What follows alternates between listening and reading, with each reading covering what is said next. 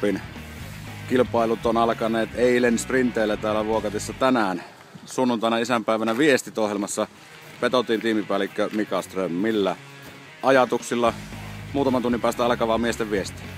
Mielenkiintoisella ajatuksella sen takia, koska keli on aika haastava ja toivottavasti onnistutaan suksella tänään, koska sillä ratkaistaan aika paljon. Latu möyhöntyy ja kostuu koko ajan ja tänään on suksellakin eroja.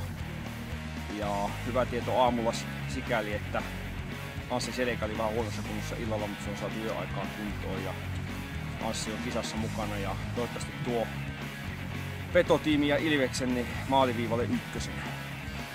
Ketkä ennakkokaavailussa Petotiimin pahimpia kilpakumppaneita tänään tuossa viestikisassa? Ilman muuta tämä meidän perivihollinen Vuokatti ja Kouvola on kova, Oulu, mahdollisesti Mikkeli. Mä luulen, että siitä löytyy 3 joukkoa. Joo, Oulussa Kittilän Kusti tekee ensi esiintymisen OHS-väreissä.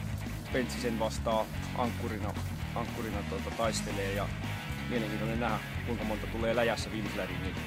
Mutta Petoteam on palkintopallikisassa ja voittokisassa mukaan. Iskussa. Kiitos. Kiitos.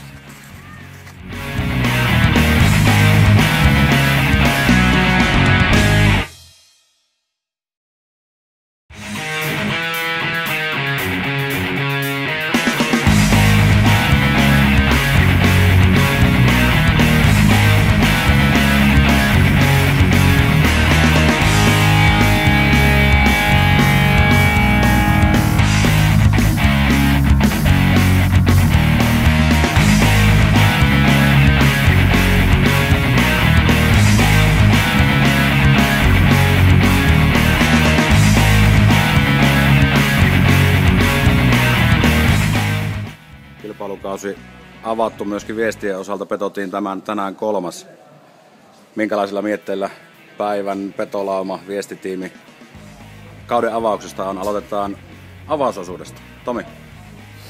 No joo, ensinnäkin tietysti sijoitukseen voi olla ihan tyytyväinen.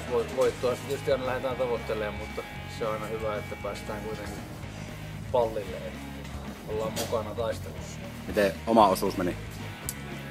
No, eihän se mitään herkkua sinänsä ollut, mutta ihan silleen tyytyväinen, ettei mitään valtavaa romahusta ainakaan tapahtunut tietysti, vaikka Vuokattia sitä karkas selkeästi, mutta kuitenkin oltiin silleen kuvioissa mukana sitten vielä, että vaikea avauskisa tietysti. Sanottiin, nyt se on ohi ja ehkä se vauhti siitä Petralasta kaveria. No näin uskot. Kakkososuus, Jussi, omat mietteet.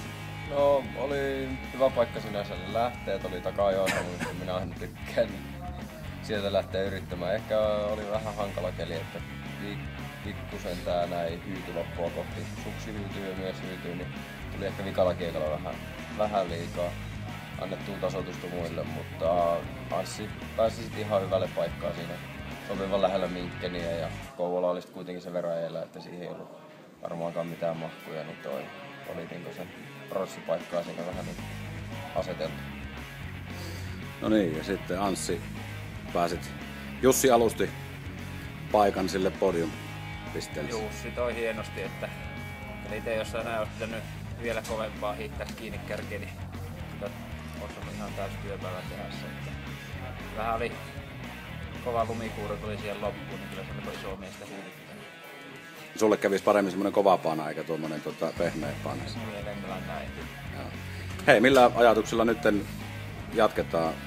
Vuokatti Ski Team vei pisteet tänään niin sanotusti. Petotiin Vuokatti Ski Team kisassa, mutta ei Ilves-lauma tätä jätä, eihän? Ei missään nimessä. Joo, ei missään nimessä. Tästä on vielä hyvin paljon viestiä jäljellä. Ja tammikuussa seuraavan kerran, että meillähän on kuntokäyrä sinne vielä niin huipusti nousussa. Noniin, tähän on hyvä lopettaa. Kiitos.